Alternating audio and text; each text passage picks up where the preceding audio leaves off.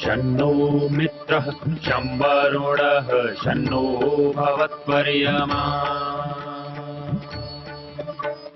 शन्न इन्द्रो बृहस्पतिः शन्नो विष्णुरुक्रमः ॐ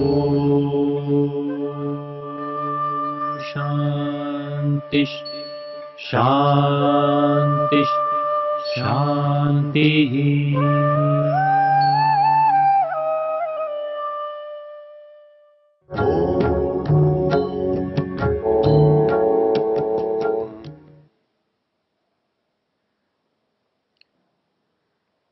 वेद मनुष्य के जीवन के लिए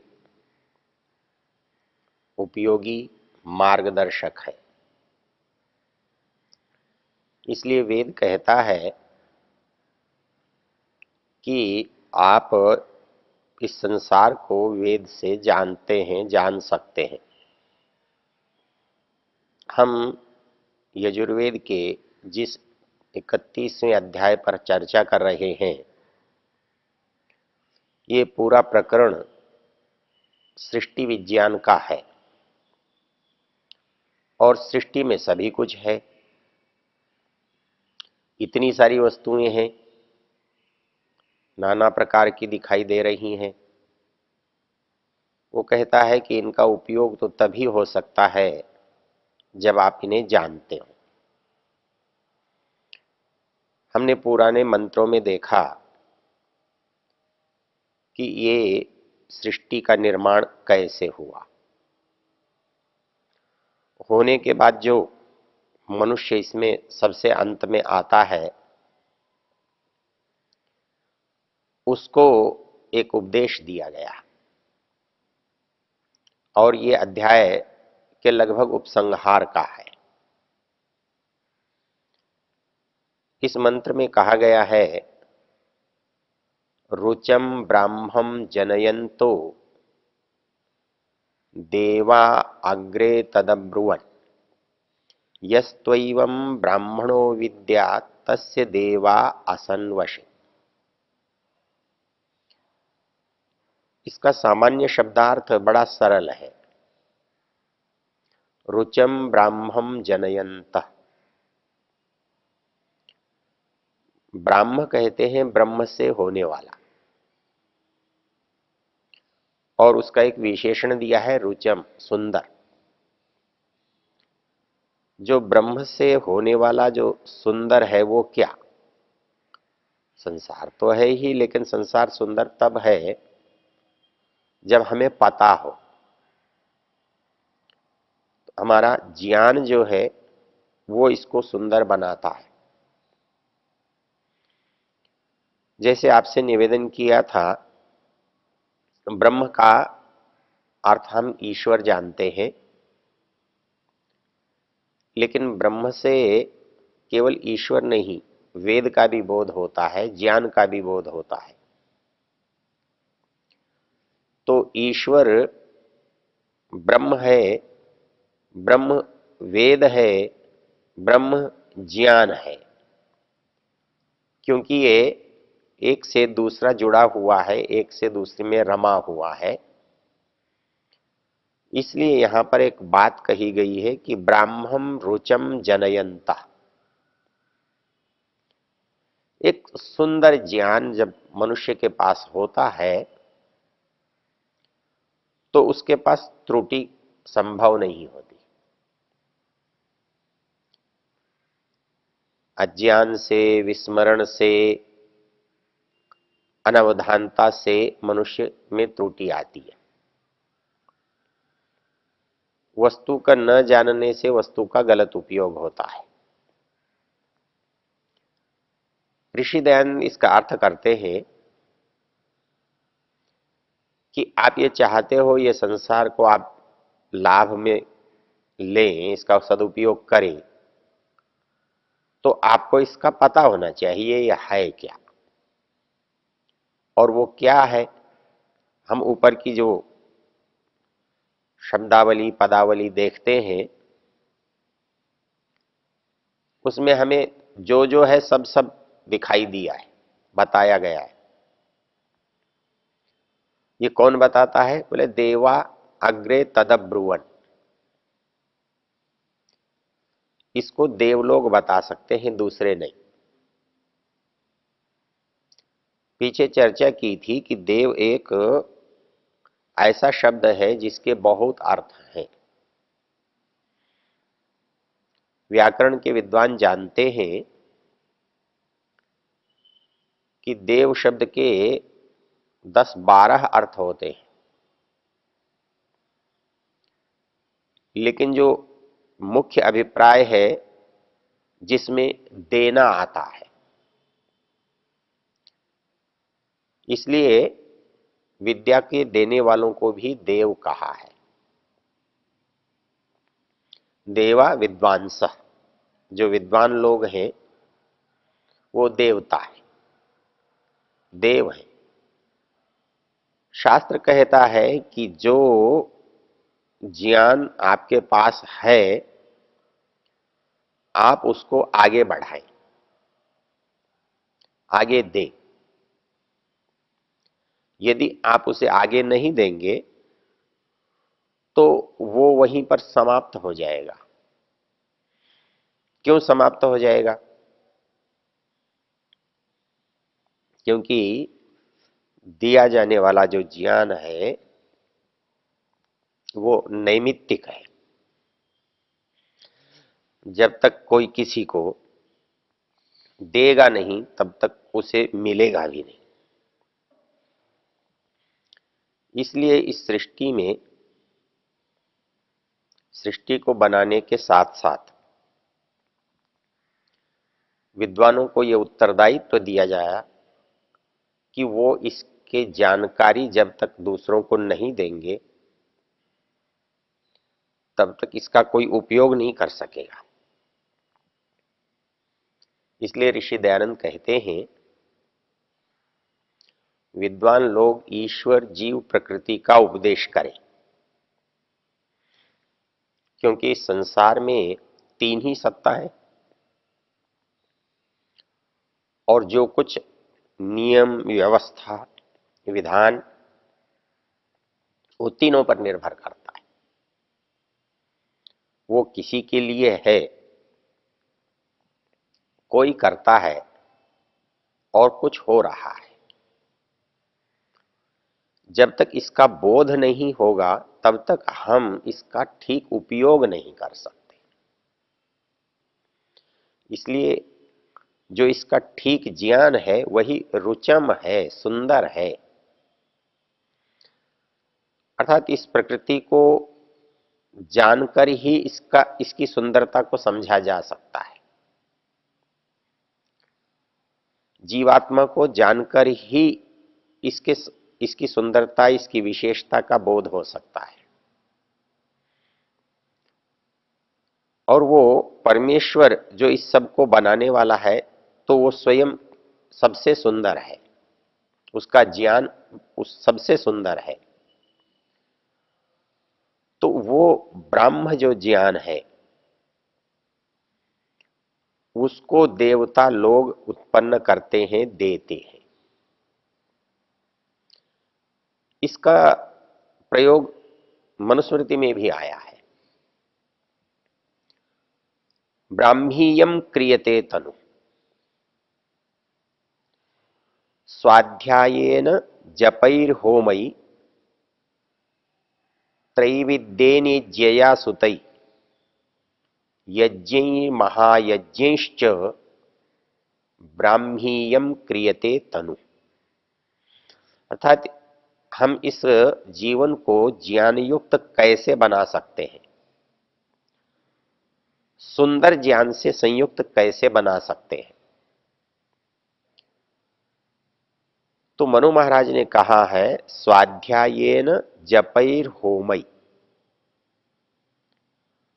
हम स्वाध्याय करें, उसको पढ़ें, देखें। क्योंकि 2 तरह के नियम हैं।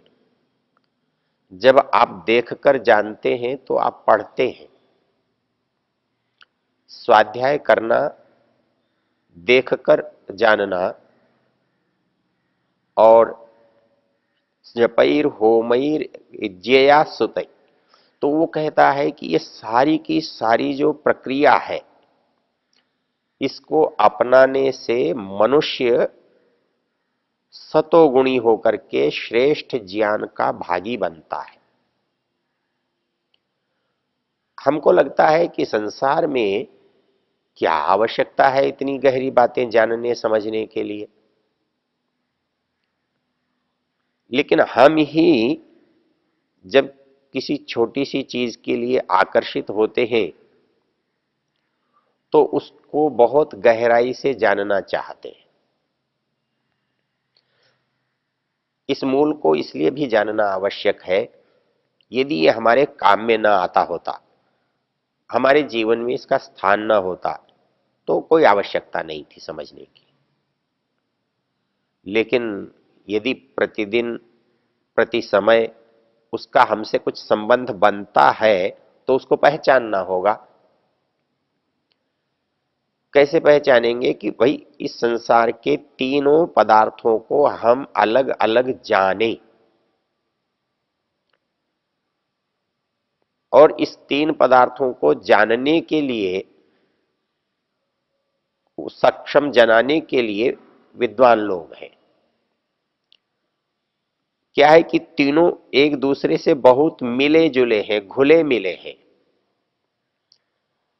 उनका कोई अलग अलग सीमा रेखा नहीं है कि हम ये कह सकें कि ये प्रकृति है, ये जीवात्मा है, ये परमात्मा है। आप किसी को भी देख लें, उसमें बहुत कुछ आपको एक जगह मिल जाएगा। हम इस शरीर को ही यदि ठीक से जाने तो हमें इसमें तीनों को अलग करके देखना पड़ेगा। यदि इस शरीर को केवल आप प्रकृति मान लें तो फिर बाहर के संसार के पदार्थों से इसका भरण पोषण तो आप करते हैं, लेकिन इसका प्रयोजन आपको नहीं पता लगेगा, उसकी आवश्यकता क्या है ये बोध नहीं होगा। तो कहता है कि कैसे पता करोगे कि इसी में तीन कैसे कैसे है। तो वो तीन कैसे हैं ये विद्वान हमें बताते हैं कि भाई ईश्वर का क्या गुण है, जीवात्मा का क्या गुण है, और प्रकृति का क्या गुण है। ये सब का सब हमने इस अध्याय के ऊपर के प्रसंग में देखा है। हमने इस सहस्र शीर्षा पुरुष मंत्रों के द्वारा परमेश्वर के स्वरूप को जाना है। तत्व विराट अजायत यहां से लेकर के ब्राह्मण के उत्पत्ति तक हमने संसार को देखा है बनते हुए। उस बनने की प्रक्रिया को हमने एक यज्ञ के रूप में देखा है, और उस यज्ञ से इस संसार को समझने का नियम देखा है। तो उपसंहार में मंत्र कह रहा है, रुचम ब्राह्मम जनयंतो देवा अग्रे तदब्रुवन। जिन्होंने इस संसार को देखा, जाना, समझा, उन्होंने दूसरों को बताया, और जिन लोगों ने इसे जान लिया, तस्यैवं ब्राह्मणो विद्वान यस्य देवा आसन वशे।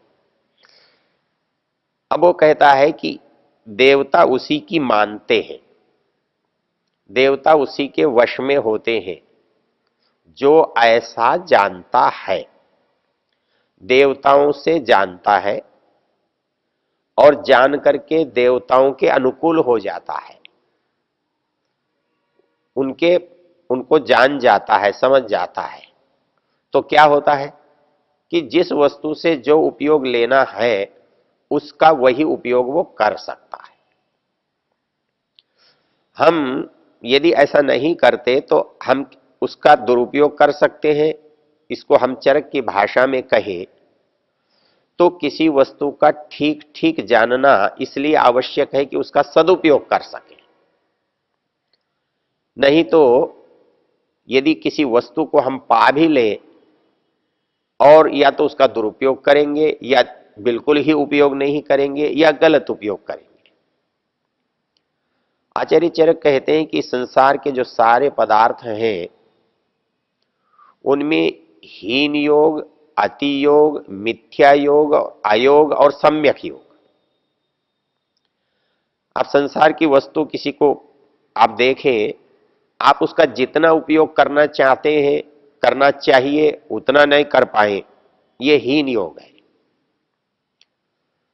न करें ये अयोग है, गलत करें ये मिथ्या योग है। लेकिन जो चीज जैसी चाहिए वैसा करें, इसको सम्यक योग कहते हैं। तो ज्ञान जो है वस्तु के अयोग, हीन योग, मिथ्या योग और सम्यक योग को बताता है। आप वस्तु का अति योग भी, उपयोग भी कर सकते हैं, का नहीं भी कर सकते हैं, कम भी कर सकते हैं, गलत भी कर सकते हैं। तो ये चार न हो।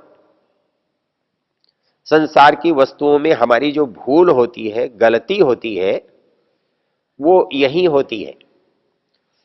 हम उसका उपयोग नहीं करना जानते, कम जानते हैं, गलत कर लेते हैं, ज्यादा कर लेते हैं। कहता ये जब जब ऐसा होगा तब तक आपके साथ बुरा होगा। केवल एक परिस्थिति है जब आप सम्यक योग, किसी भी पदार्थ का उचित प्रयोग करेंगे तो वो आपके लिए लाभदायक होगा। इसलिए इस संसार के समस्त पदार्थों को जानना आवश्यक है ताकि इनका आप यथोचित उपयोग कर सको, क्योंकि ये बने ही उपयोग के लिए है। संसार में कोई भी पदार्थ निरर्थक, अनुपयोगी नहीं है। ईश्वर ने बनाया है तो वह हमारी किसी आवश्यकता की पूर्ति के लिए बना है, हमारी किसी समस्या के समाधान के लिए बना है। और उन सब समस्याओं का समाधान कहां आकर होता है? जब आप तीन सत्ताओं को अलग अलग जान लेते। सबसे बड़ा भ्रम होना ही वहां संभव है, क्योंकि संसार में पदार्थ ही तीन है। अब तीन है तो गड़बड़ क्या हो सकती है कि तीनों में से किसी को कुछ समझ लेना, इतना ही तो हो सकती है। दुनिया में जब चौथा पदार्थ ही नहीं है तो उसके जानने में गड़बड़ होने की बात ही नहीं है। तो इसलिए तीनों पदार्थ यदि ठीक जान लिए जाते हैं तो संसार में किसी भी परिस्थिति में गड़बड़ नहीं हो सकती है, क्योंकि तीनों से भिन्न कुछ है नहीं। हमको लगता है कि इन सब चीजों को नहीं जानने से हमारा काम चल जाता है, चल रहा है। लेकिन हम ये भूल जाते हैं कि जब गड़बड़ कर रहे हैं तो इन्हीं तीन में से कुछ हो रही होती है। या तो हम जीवात्मा को बिना जाने कुछ कर रहे होते हैं, या जीवात्मा को जानते हैं तो ईश्वर की बात नहीं जानते हैं इसलिए कुछ गड़बड़ कर रहे होते हैं, या ईश्वर जीव इन दोनों को जानते हुए प्रकृति का क्या उपयोग है इसको नहीं जानते हुए होते हैं। तो बात तो बहुत दूर की लगती है, किंतु इसके अतिरिक्त है नहीं। इसलिए शास्त्र ये कह रहा है कि उसको जानने से वह वश में होता है। तो इस संसार को अपने अनुकूल बनाना चाहते हैं तो संसार को जानना होगा। ओ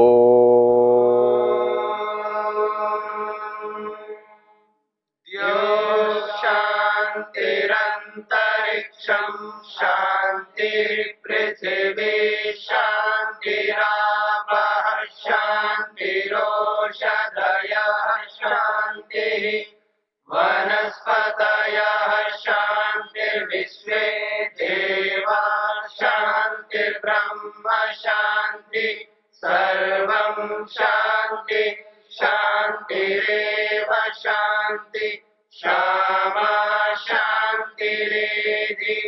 ओम शांति शांति शांति।